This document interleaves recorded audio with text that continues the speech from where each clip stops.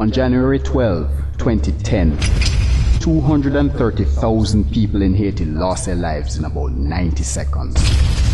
A magnitude 7.0 earthquake rocked the capital of Port-au-Prince, Haiti, leaving a trail of death and desolation of phenomenal proportions.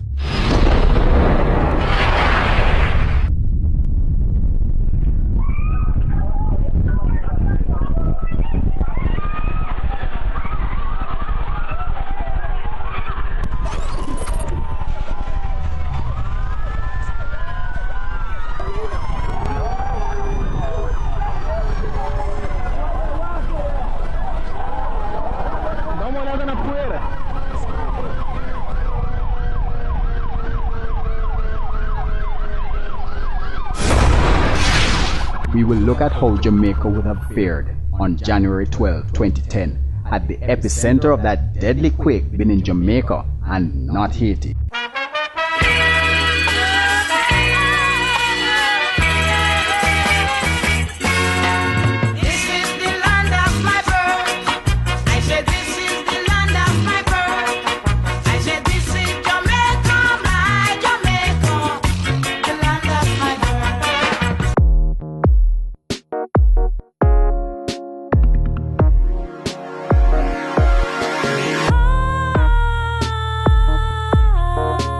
The epicenter of the Haiti quake was located along the Enriquillo Plantain Garden fault system, which forms the southern boundary of the Gonave microplate.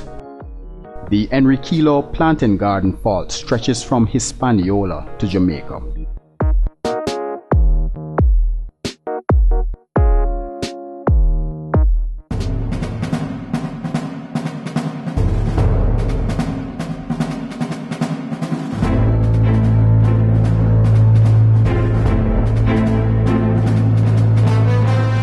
When I first heard about the earthquake in Haiti, my first reaction was one of profound shock. So much destruction, so much loss of life, and so close to us here in Jamaica.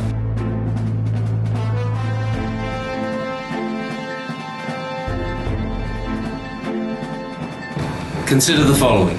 The quake happened in the same time zone, on a fault line that runs right up to our capital city. Its epicenter was within 300 miles of Kingston, and many of us actually felt the quake.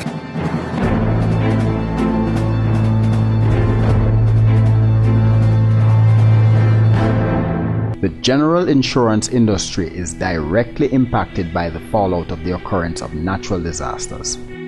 Insurance was created for the very purpose of indemnifying persons from losses resulting from natural disasters.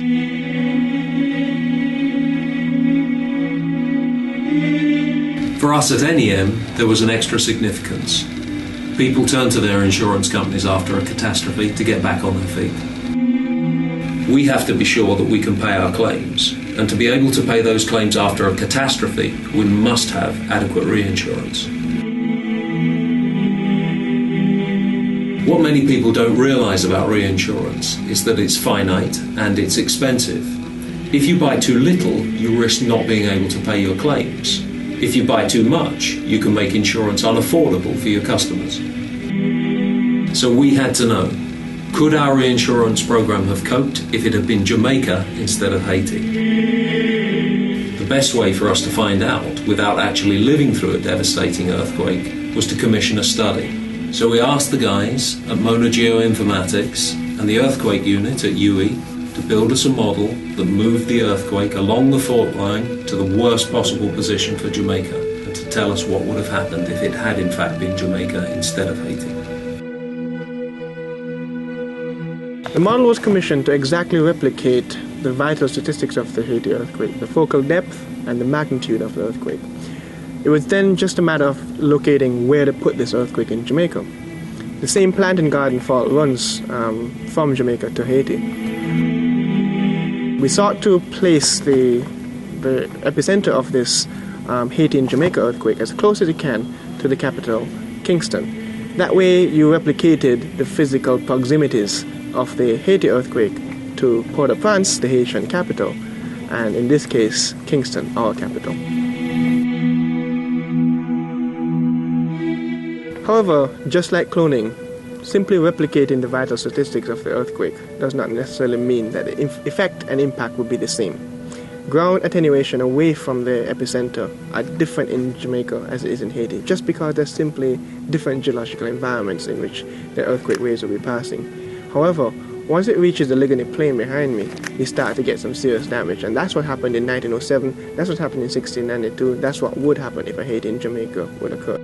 Again, Port-au-Prince was not the epicenter of the Haitian earthquake, yet Port-au-Prince suffered the most damage. Again, in Haiti in Jamaica, Kingston would suffer the most damage. The highest frequency of earthquakes in Jamaica occur along the Plantain Garden fault zone in the eastern part of Jamaica. We use this zone as a means to model the effects of a January 10 earthquake occurring in Jamaica, at least a similar focal mechanism as the Haiti event occurring along this zone in Jamaica. We looked at all the historic events dating back from 1688 to the current time. We try to understand the geotechnical properties of the rocks in the area, the geophysical properties, how waves travel through the ground. So we try to use these as models to develop the effects of an earthquake of this nature, the January 10 magnitude 7 event in Haiti occurring along the Plantain Garden fault. From this event, we were able to determine how the waves would travel across the different parts of Jamaica. An event occurring along the Trinityville and Tully area of St. Thomas would generate serious intensities across this region and move laterally across the island. As we move further from Kingston, there's a diminishing in terms of the effects on the ground.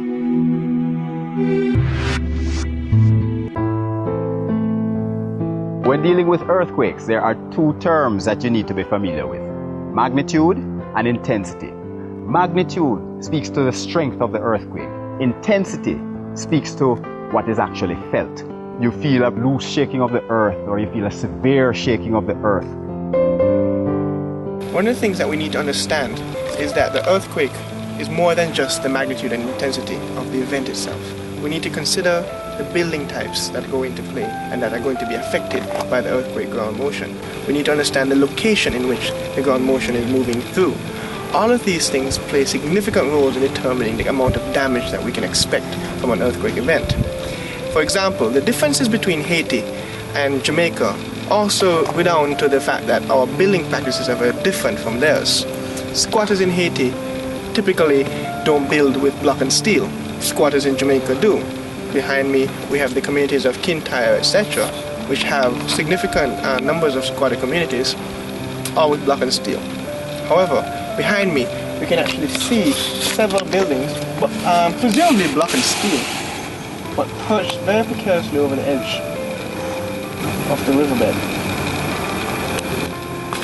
In the event of an earthquake, that building is going to fall into the river en masse. Block and steel and all. One of the things we also should understand is that because of the nature of ground motion, you're going to see crumbling and cracking in structures, but it depends on the structure. Fine-built masonry structures such as what you'll see at the university and so on will withstand ground motion a lot better than more poorly built structures.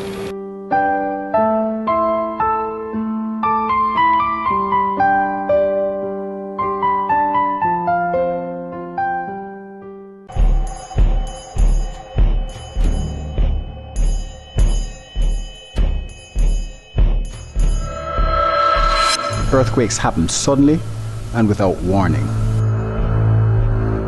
They have no season, no time of day, and no special conditions that could be easily detected beforehand. They just happen, and they happen quickly. There is no time to run or to escape. You are either in a secure location when the quake occurs and you are safe, or you are not, and your life is left to fate.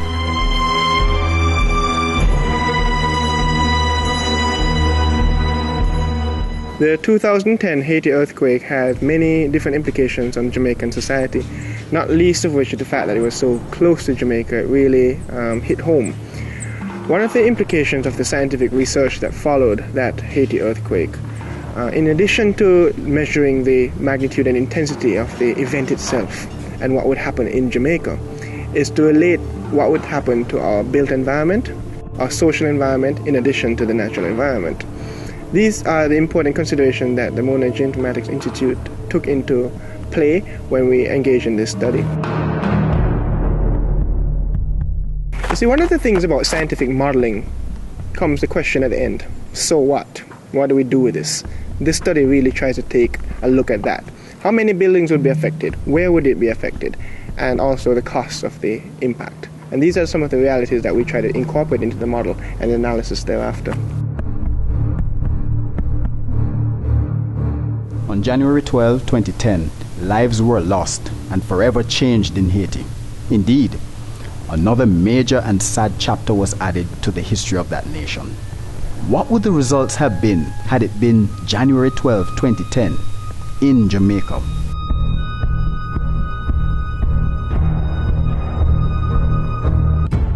We've been talking about earthquakes, and we associate earthquake with faults. I mean, we know earthquakes really are caused by very large faults, but here we have a very small fault that shows you typically how rocks become displaced from each other and generate the forces that causes the earth more or less to move. So this is more or less a trend of that fault. We can see evidence of displaced rock layers, so it's not a continuous layer. We know these are more or less the same units, but they are displaced. They're relatively moved or offset from each other. What we have here is a very small fault. It can be compared to the Haiti event of 2010. The only difference is just a matter of scale. In Haiti, you had large areas of landmass and rocks being displaced relative to each other. The effects of major earthquakes can cause serious destruction. I mean, the event in Haiti was felt in Jamaica. I mean, the strong magnitude event can also happen along the Plantain Garden Fault. This fault has been responsible for unleashing death and desolation across Jamaica.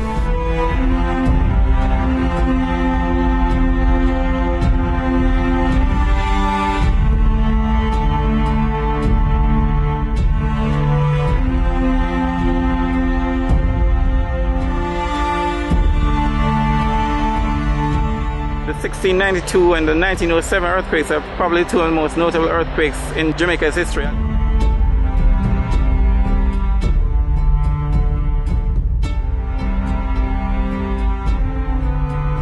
The epicenter has been associated with the northern boundary of the Wagwater Fault Zone.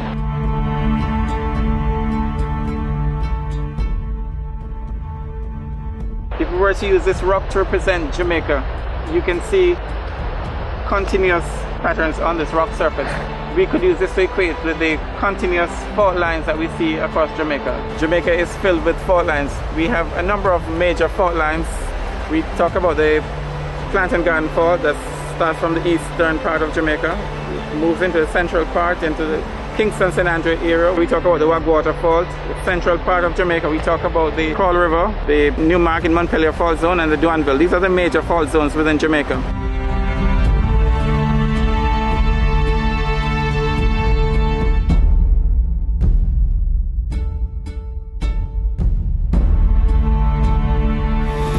One of the things we need to remember is that faults are always around us. It doesn't necessarily need to be associated with an earthquake event. We're standing on the Lyew Ridge right now, Jackson, and right below us is the Wagwater Fault, an active fault system. This would not have been associated with the Haiti earthquake, but it's still an active fault system. In the background we have Long Mountain, again a fault control hill, and all around us in front of us is the Lyew Plain upon which Kingston was developed. The thing about faults and the thing about alluvial plains is that these are areas that would be particularly affected by earthquake ground waves moving from the hypothetical epicenter of the Antilles. And these are the areas that would particularly feel the damage of the Haiti and Jamaica event.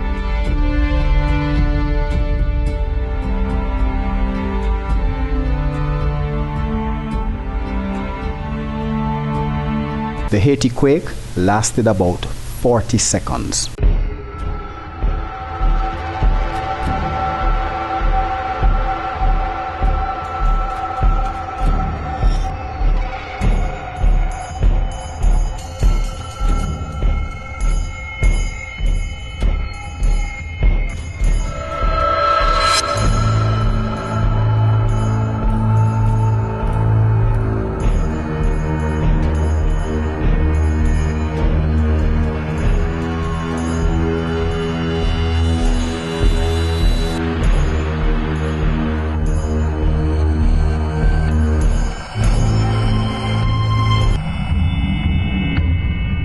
That's how long it took for this fault to initiate a chain of events that would kill 230,000 people.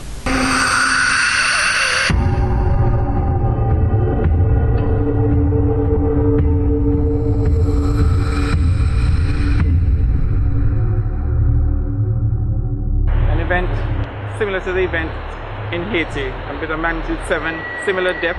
We looked at the intensities across different parts of the island. From this event, we'd see strong intensities, like the intensity 10 in Kingston and Port Antonio, Morant Bay. These are areas where we'd expect serious ground shaking, serious damages to buildings, major landslides.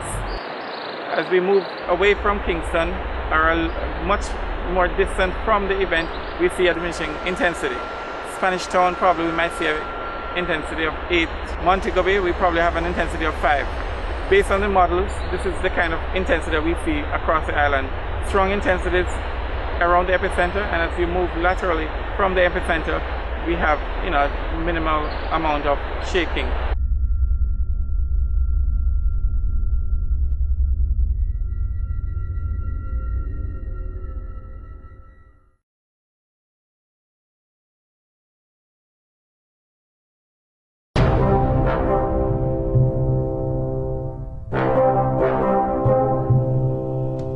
With the best of plans, the actual experience is sometimes beyond the imagination.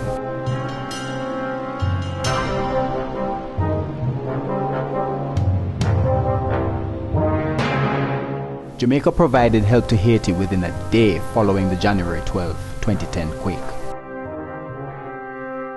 The 12th of January 2010 changed the lives of a lot of people, including members of the JDF. Because within 48 hours of that earthquake in Haiti, members of the JDF were required to go to Haiti to render assistance. As a commander of that team that deployed to Haiti, the challenges were enormous, but through teamwork and a dedication and a commitment to really render the assistance that was required, we were able to overcome these challenges and provide some relief to the people of Haiti who were really suffering from the effects of this devastating earthquake.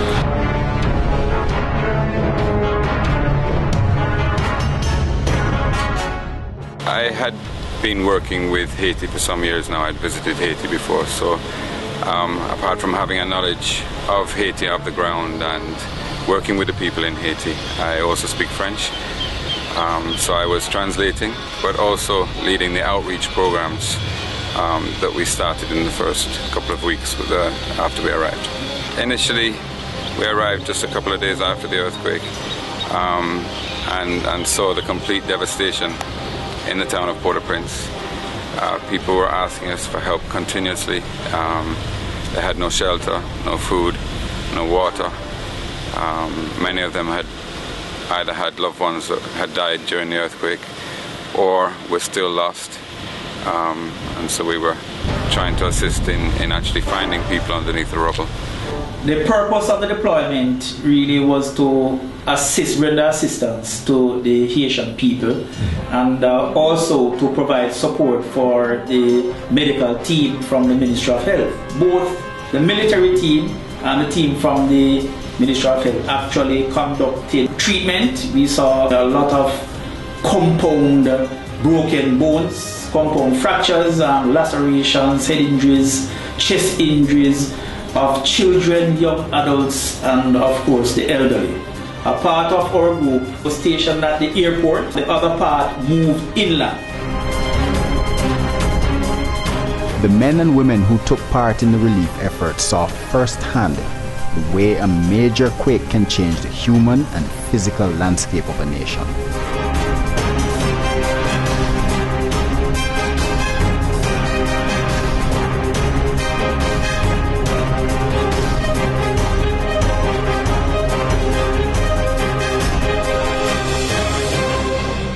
The thing that stood out most in my mind from Haiti was the magnitude of destruction, how the multi-story buildings literally pancaked, like floor to floor on top of each other.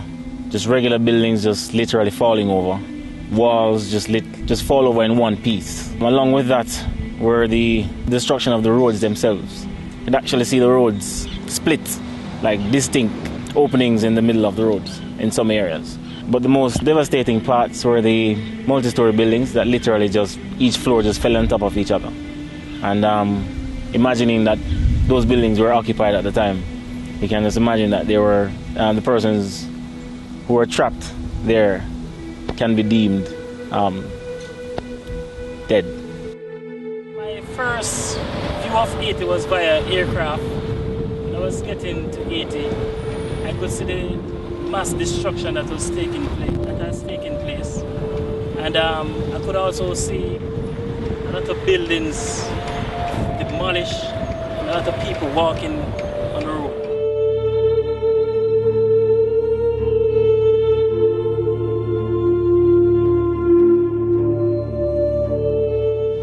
Most of the persons who came to us, they were crying for help.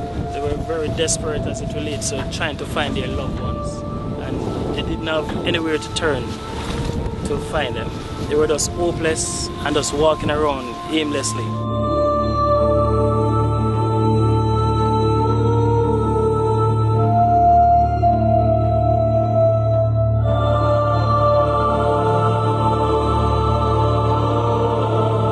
Listening to persons asking for help and they're crying, that was really, really touching to know that you're there to help them, but at the same time, you can't help them to the point where you can recover their loved ones.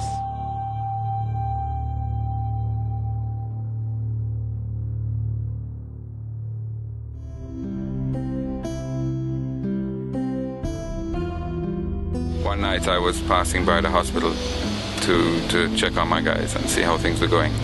And I heard a young girl, 13 years old, screaming, absolutely terrified. She had just been advised by a foreign doctor who was working at the hospital that he was going to remove her leg. I was able to speak with Dr. Blake, one of our leading orthopedic surgeons who was working at the hospital at that time, and get him to come to her. And he looked on the leg and said, no, we can fix this. And I promised the young lady, I said, listen, I will stay with you until you're fixed. I promise you I won't leave you. And we took her into the theater and I assisted with the operation and kept her calm. And then afterwards, I went to visit her several times, and every time the biggest, brightest smile that you can possibly imagine on her face. And I understand that she's walking and leading a normal life now.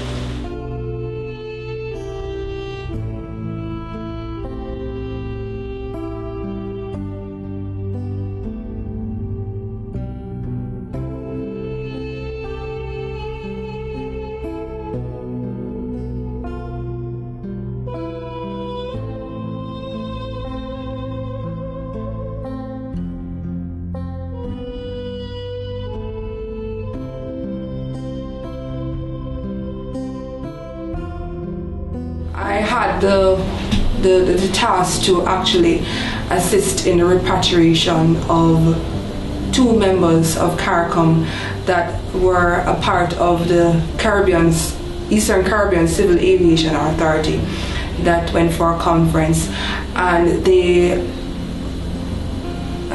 unfortunately perished in the earthquake.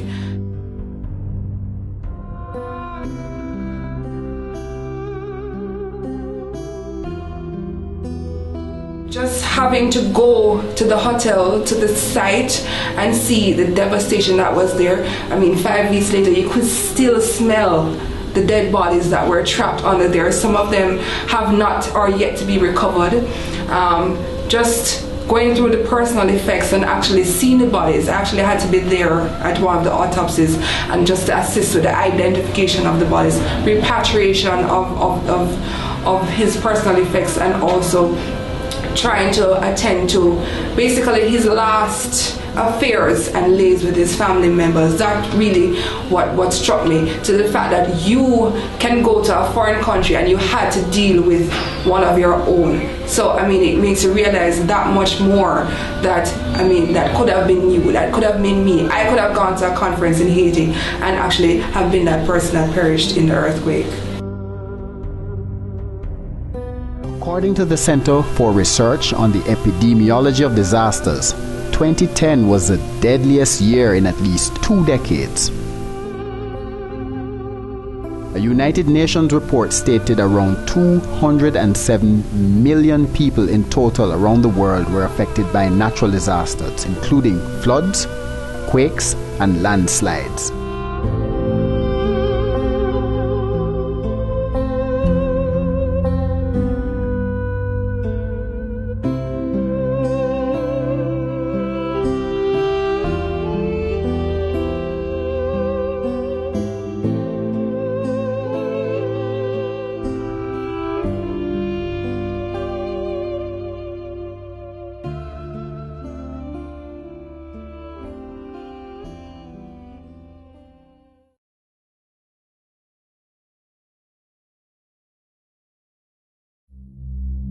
Natural disasters have an economic cost to the countries that endure them.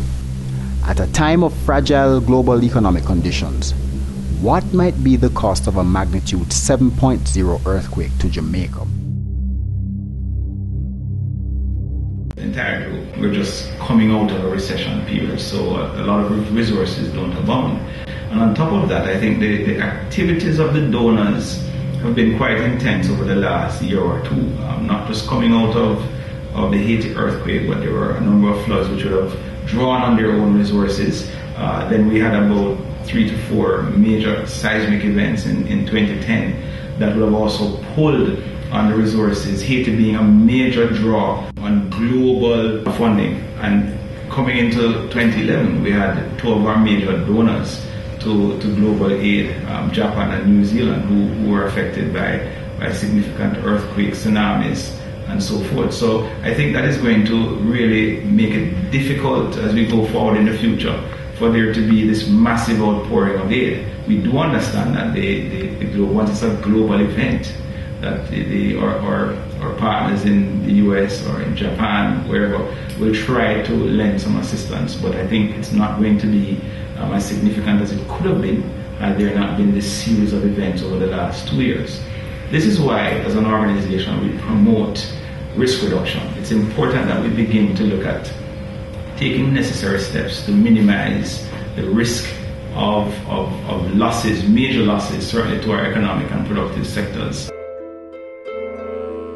Portmore did not experience any significant damage from the 1907 earthquake event that devastated Kingston because Portmore was not developed at that time. Since then, however, Portmore has grown into a sizable community, larger than the population of Barbados, and this area is at particular risk, potentially. While well designed and properly developed and laid out, we've had several instances of Portmore buildings being extended upwards and outwards, with or without the parish council or local government approval. And these create different design conditions in which the building is operating. We're talking about increased load, we're talking about a different footprint that would be affected as a result of ground shaking.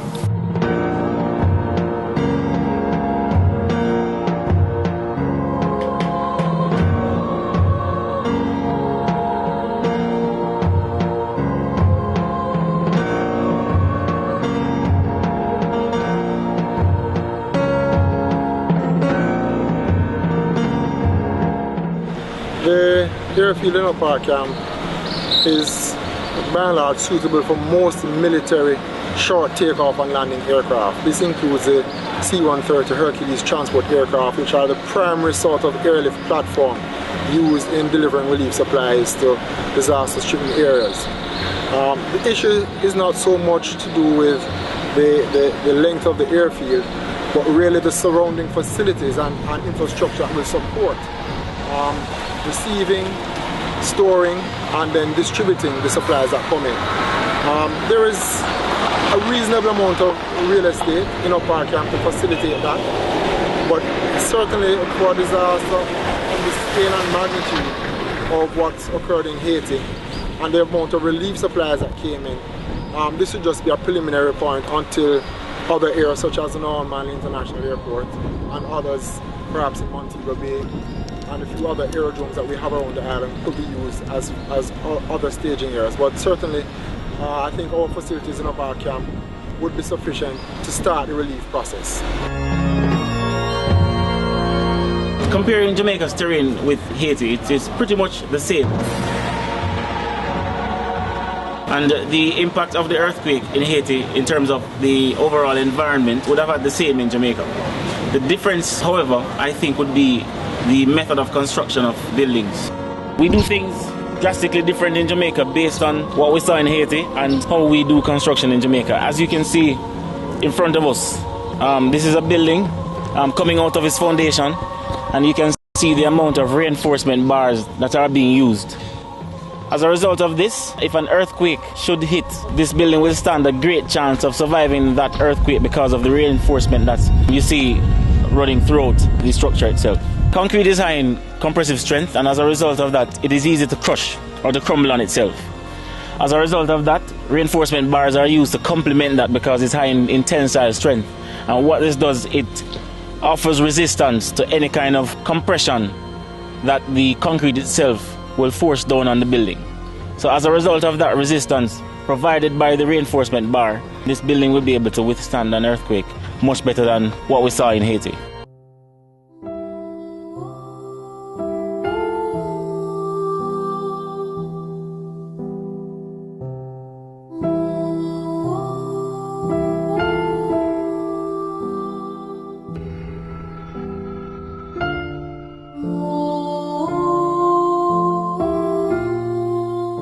When you begin to look at the layout of Kingston and in particular Kingston and then to some degree St. Andrew, when you contemplate what could occur in terms of the density of the city and the respective vulnerabilities of the infrastructure, it's going to be difficult to find sites if you have access issues, if your roadways are blocked, if the bridges go down.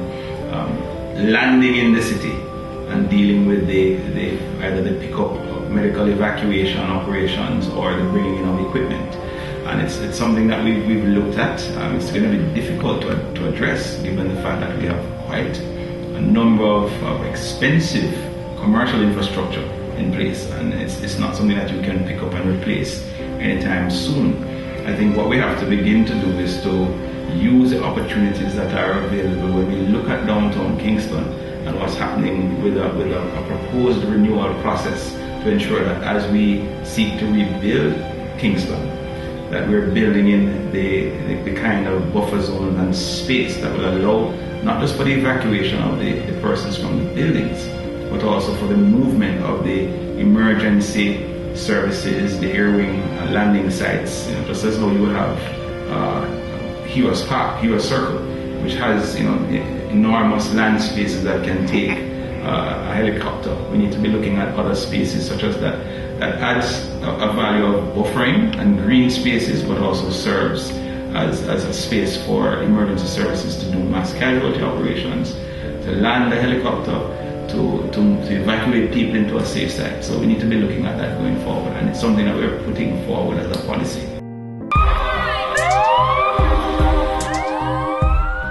This is a terrain, it's a rocky terrain hillside. For earthquake, you'll have landslide, boulders, broken away of roads and so on. We'd have to be more careful in our movements, and because of the things that might happen along the way, we wouldn't want too much, like for example heavy duty vehicle rolling around here. It might be painstaking, much more painstaking than how we are now moving much more rapidly.